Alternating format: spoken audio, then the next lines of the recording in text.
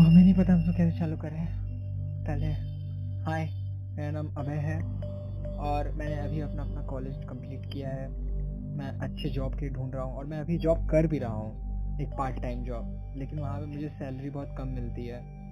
मैं दिल्ली का रहने वाला हूँ, मैं सही जगह नहीं बताऊँगा किस कुछ वजहों की वजह से। और मेरी जॉइंट फैमिली है, तो मेरे फैमिली में मेरे माता पिता, चाची चाचा, उनकी 3 बहनें और मेरी एक बहन। तो मेरे घर में कोई और काम नहीं करता है क्योंकि मेरे चाची चाचा भी बूढ़े हैं, मेरी मामा भी, और बहनों को तो काम के लिए भेज नहीं सकते। उनकी पढ़ाई के लिए फीस और घर का खर्चा, खाने पीने के लिए, और फिर मेरा खर्चा, ये उतने पैसों में नहीं हो पाता जितने टाइम में हम पार्ट टाइम जॉब कर रहे हैं। तो मैं बहुत दिनों से जॉब के लिए ढूंढ रहा था और वो मालिक बहुत खड़ूस भी है। वो उसको पार्ट टाइम तो बोलता है लेकिन वो एक तरीके से फुल टाइम जॉब ही है, लेकिन मुझे पार्ट टाइम में पैसा मिलता है। मैं कुछ नहीं कर सकता उसके लिए। आज मैं टीवी के एक ऐड देख रहा था और मुझे एक जॉब ऑफर दिखाई दिया। वो जॉब बिल्कुल वैसे ही था जैसा मैं उस पार्ट टाइम जॉब में करता हूँ। मुझे साफ सफाई करना था, सामान उठा के रखना और इधर उधर का काम करना, जो छोटा मोटा काम होता है, बस इतना ही करना था। मैंने जैसे ही उस ऐड को देखा, मैंने तुरंत झट से गया और मैंने फ़ोन लगाया और वो फ़ोन उठाया। वो एक आदमी जो कि 40 साल का मालूम पड़ रहा था उसकी आवाज़ से, फ़ोन उठा के बोला कि हाँ, जॉब खाली है तो आगे कर सकते हो। मैं बहुत खुश हो गया और उसे शुक्रिया अदा करने लगा, लेकिन मुझे नहीं पता था कि कुछ ऐसा सामने आएगा। तो मैं गया अगले दिन उस जॉब की जगह पे। वो जगह कुछ ज़्यादा ही सुनसान था। हमें नहीं पता वहाँ पे कोई ऐसा जनरल स्टोर कैसे कोई खोल के रख सकता है जहाँ पे कोई काम ही ना होता हो। बहुत सुनसान। 2-3 घर भी थे और वो सब घर भी ऐसा नहीं लग रहा था कि कोई रहता होगा उसके अंदर। तो मैं गया अंदर और एक 40 साल का आदमी, जैसा कि मैंने आपको बताया, एक 40 साल का आदमी बहुत अच्छे कपड़ों में अमीर दिख रहा था और उसकी दाढ़ियाँ थी जो कि सफ़ेद हो चुकी थी और वो बहुत अच्छे कपड़े में पहन के, और अपने चेहरे पे उसके एक स्माइल था, लेकिन मैंने उस स्माइल को देखा और पता नहीं क्यों, मतलब वो बहुत ही अच्छा स्माइल था, वो बहुत सुंदर दिख रहा था, लेकिन उसके स्माइल में कहीं से भी नम्रता दिखाई न दिया। लेकिन हमें उसके नम्रता से क्या करना था, हमें तो पैसा चाहिए था और वो बहुत अच्छा पैसा पे कर रहा था, 2 गुना जितना हम कमा रहे थे, और शायद काम वो हमसे पार्ट टाइम ही करवाएगा। वो अभी थोड़ी देर में पता चल जाएगा। मैंने उससे बात किया, मैं जाके उससे बात करना चालू किया और मैंने देखा कि वहाँ पे एक छोटा सा बच्चा और एक कोई और भी वहाँ पे काम करने वाला था। तो उसने बताया कि ये मेरा बेटा है। वो लड़का 4 साल का दिख रहा था, बहुत क्यूट था, मन कर रहा था कि जाके उसका गाल ही छू लूं। बहुत क्यूट, बहुत चबी, और एकदम अपने मम्मी पे गया था शायद, क्योंकि अपने पापा की तरह तो नहीं दिख रहा था। हाँ, उसके पापा सुंदर थे लेकिन वो बहुत क्यूट था, हैंडसम नहीं। क्या बात कर रहा हूँ। तो मैं गया और फिर उससे बात किया थोड़ा, वो बस हंसा और मैंने फिर वापस आके अपने काम पे लग गया। तो वो काम, जैसा कि उस आदमी ने बताया था, बहुत सिंपल था। मुझे वही सारा काम करना था और उसके साथ एक और काम था, बेबी सिटिंग का, मतलब उस लड़के का ध्यान देना। उसके पापा ने बताया कि कुछ लड़के यहाँ पे खेलने आते हैं कभी कभी, तो उन लोग से थोड़ा ध्यान देना और ऑफ कोर्स उसे भी ध्यान देना। वैसे तो वो जनरल स्टोर लग नहीं रहा था, क्योंकि पहले तो वहाँ पे कोई आता ही नहीं था, और कोई आता भी था तो वहाँ से कोई जनरल सामान लेके नहीं जाता था, बस एक बारबी डॉल लेके जाता था। और ऐसा बारबी डॉल नहीं, वो लोग खुद का ही बारबी डॉल देते थे और खुद ही वापस लेके जाते थे। ये बहुत अजीब था। तो वो जगह जनरल स्टोर था, लेकिन जैसे मैंने बताया कुछ जनरल नहीं था, और वहाँ पे बहुत सारे डॉल्स भरे हुए थे, पूरे ट्रे में, पूरे ट्रैक में डॉल्स, और वो बच्चा भी डॉल्स के साथ खेल रहा था।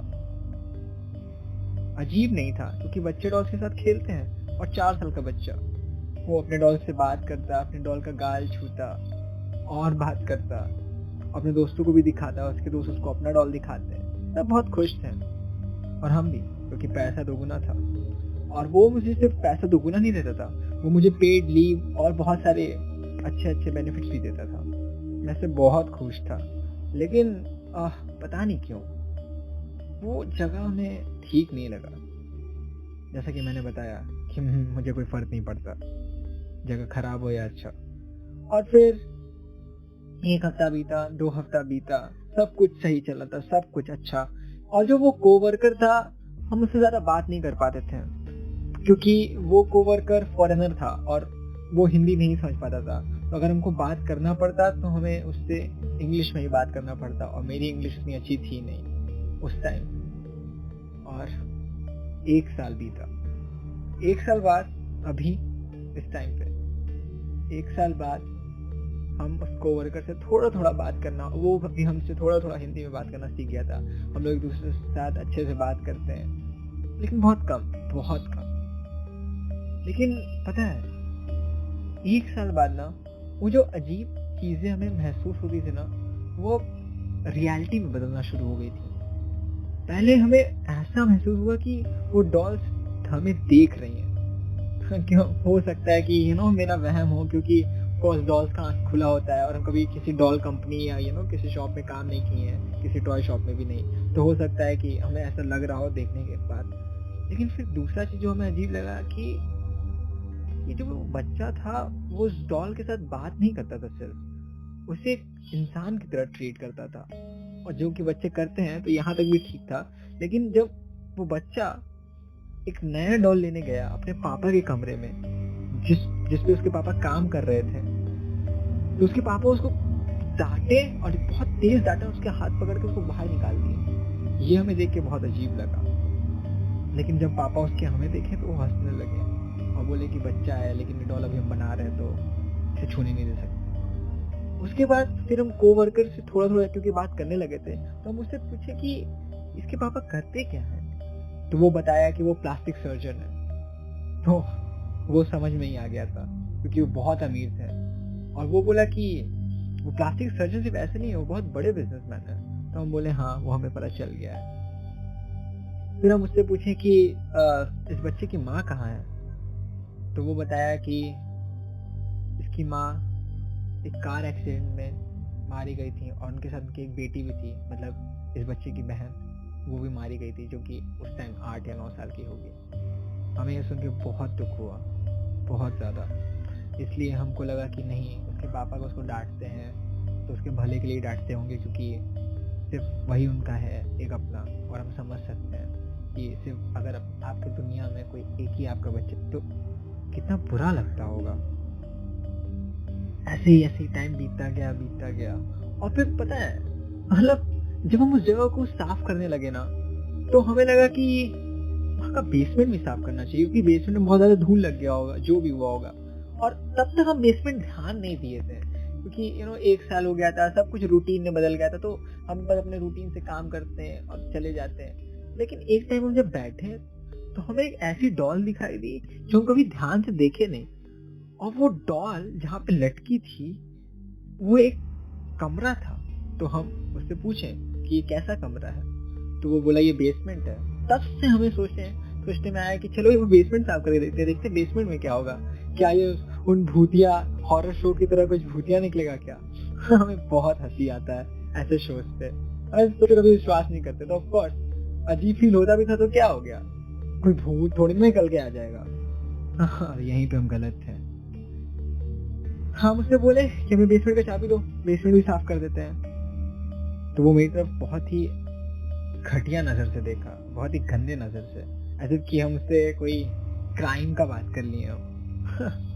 तो हम बोले कि क्या हुआ? तो बोला कि तुम पागल हो गए हो, बेसमेंट में जाने के लिए मना है, लेकिन चाबी है मेरे पास। तो हम बोले कि चाबी दो। तो बोला नहीं, जब तक सर ना बोले तब तक हम तुमको चाबी नहीं दे सकते। तो हम फिर उसे चिल्ला के बोले, और क्योंकि वो फॉरेनर ना, मतलब ऐसा फॉरेनर नहीं था जैसे टिपिकली अगर हम फॉरेनर बोले आपको तो आप क्या सोचेंगे कि वाइट, राइट? नहीं, वो मेरी तरह ही ब्राउन था। हमें नहीं पता, शायद साउथ एशिया या ईस्ट एशिया का होगा, जो भी हो, अफ्रीका का भी हो सकता है, लेकिन इतने ज्यादा ब्राउन नहीं होते अफ्रीका के लोग। जो भी हो, लेकिन वो ब्राउन ही था और वो बहुत स्किनी था। मे बी कैसा भी था, वो बहुत हमसे स्किनी था। हम उसको डांट के बोले कि हमें दो, और वो डर गया और हम फिर छीन के चाबी चले गए। और मेरा लक इतना अच्छा था कि उस टाइम पे उसके पापा घर पे भी नहीं थे, लेकिन वो लड़का हमें बहुत घूर के देख रहा था, ऐसे कि वो डर गया हो और वो रोने लगा। और हम बेसमेंट का चाबी लेके जाने लगे, तब से जो मेरा कोवर्कर था वो उसके पास जाके उसको सहलाने और खिलाने लगा। तो हम खोले बेसमेंट का दरवाजा और वो दोनों हमको देख रहे थे। तब से हम बेसमेंट का दरवाजा खोल के नीचे पहुंचे अपना झाड़ू लेके और चालू किए लगाना। और सबसे बड़ी बात पता है क्या है, वो जनरल स्टोर बहुत ज्यादा ही बड़ा था, बहुत ज्यादा बड़ा, एक सुपरमार्केट जितना बड़ा या उससे भी बड़ा। लेकिन जब हम उसके बेसमेंट में गए तो हमें महसूस हुआ कि वो इससे भी बड़ा है। उसका बेसमेंट बहुत ज्यादा ही बड़ा था, मतलब उस जनरल स्टोर से 2 गुना या 3 गुना ज्यादा बड़ा। तो हम सोचे यहाँ पे झाड़ू लगाने का क्या जरूरत है, हमें उतना पैसा मिल रहा है और अपना टाइम और एनर्जी क्यों वेस्ट करें। लेकिन जैसे ही हम ये सोच रहे थे, हमें वहां पे एक और दरवाजा दिखाई दिया, एक लाल कलर का दरवाजा, जो कि पता है एक बेसमेंट में होना बहुत अजीब होता है। आप कभी देखें बेसमेंट में कोई और एक दरवाजा, तो हमें लगा ये अब हॉरर सीन की तरह हो रहा है, तो इस मिस्ट्री को सॉल्व करते हैं। हम बचपन से ही ऐसे थे, बचपन से हमें मिस्ट्री सॉल्व करना, लोग जो बोलते थे उसका एकदम उल्टा करना, लोग जिसको मना करते थे बोलने के लिए वही काम करना। जैसे लोग पहले बोलते थे हमें ना कि कब्रिस्तान में मत जाना, और हम कब्रिस्तान में जाते थे और अभी तक हमें कुछ नहीं हुआ था। तो ऑफ कोर्स एक लाल दरवाजे को खोलने में कितना ज्यादा क्या हो जाएगा, ज्यादा से ज्यादा हम पता है मेरे लाइफ का फिलॉसफी क्या है, हम ये सोचते हैं ना कि ज्यादा से ज्यादा क्या होगा, मर ही जाएंगे। लगता है इस बार ये सच होने वाला था। हम वो दरवाजा खोले क्योंकि उसका चाबी वो हुक ग्रैपल वाला था, तो उसमें ढेर सारे चाबी थे, तो हम ध्यान से देख के उस दरवाजे को भी खोले। और वो दरवाजा खोलने के बाद जब हम अंदर एंटर किए तो वो घर और भी बड़ा था और वो लाल बत्तियों से सजा हुआ था, पूरा लाल लाल बत्ती की तरह जला था, जैसे कोई खून का होली खेल लिया उसके अंदर। और वहां पे एक क्लोसेट भी था, उसके अंदर ढेर सारे कप। सबसे अजीब जो था वो था कि वहां पे एक कुर्सी था और कुछ भी नहीं, और उस कुर्सी पे एक डॉल थी जो कि डॉल की तरफ बिल्कुल नहीं लग रही थी उसके साइज की वजह से। उसका साइज एक लड़की के जितना बड़ा था। और हम उसके पास गए, उसका आंख तो बिल्कुल एक इंसान की तरह ही लग रहा था। और जब हम उसको छुए तो ऑफ कोर्स वो प्लास्टिक का एक डॉली लग रहा था, लेकिन उसके पीछे एक बटन था और जो गधे हैं हम उस बटन को दबा दिए और उसमें से आवाज आया, मदद करो मेरा। हम डर गए, उस वजह से नहीं क्योंकि उसमें से आवाज आया कि मदद करो मेरा, वो तो हमें लगा कि कोई एक नया टेक्नोलॉजी होगा, इस वजह से उसमें से आवाज आया। जिस वजह से हम डरे कि उस बटन को दबाने उस डॉल का बॉडी एक इंसान की बॉडी की तरह हो गया था, जैसा एक इंसान का चमड़ा होता है। हम फट से उसको छोड़ के पीछे हट गए और हम अपना फोन निकाल के ये सब रिकॉर्ड ही करने वाले थे, तब से आ गया वो बुढ़ा। हम पीछे मुड़े और वो बोला कि अच्छा लगता है तुम्हें पता चल ही गया। हाँ, वो एक कार एक्सीडेंट नहीं था, वो हम करवाए थे। पता है मेरी बीवी हमें धोखा दे रही थी और मेरी बेटी को लेके अपने नए पति के साथ शिफ्ट होने वाली थी, और हम ही होने देते क्या। हम सोचे कि चलो अपने प्लास्टिक सर्जन को थोड़े नेक्स्ट लेवल पे लेके जाते हैं। और हम पता है क्या किए जो डॉल सामने तुम देख रहे हो वो कोई डॉल नहीं है, वो मेरी बेटी है। और वो छोटा सा जो छोटा सा है ना, जो डॉल जो मेरे बेटे के हाथ में रहता है, पहले तो मम्मी उसको खिलाती थी, अब उसका बेटा अपनी मम्मी को खिलाता है।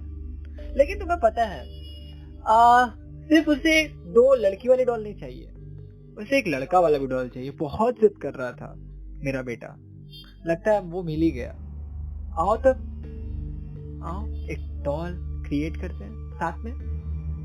उसके हाथ में एक सिरिंज था और हमें बहुत डर लग रहा था, लेकिन हमने रिकॉर्ड बटन को स्टॉप नहीं किया, हम रिकॉर्ड करते ही रहे और उठे।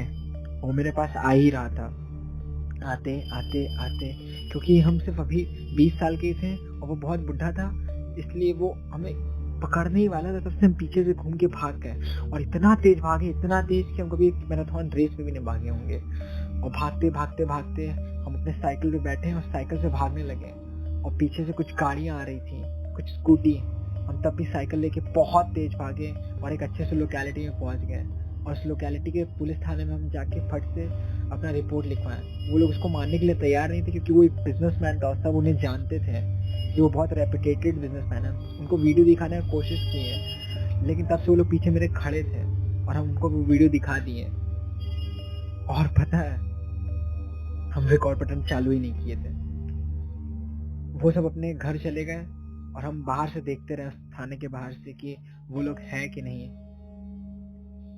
वो लोग नहीं थे। हम फट से घर गए और हमें पता चला कि मेरे चाचा चाची को मार दिया गया है। सब लोग रो रहा था, हम भी। हम सबसे बोले कि ये जगह सही नहीं है अब रहने के लिए, हम लोग को जगह चेंज करना पड़ेगा।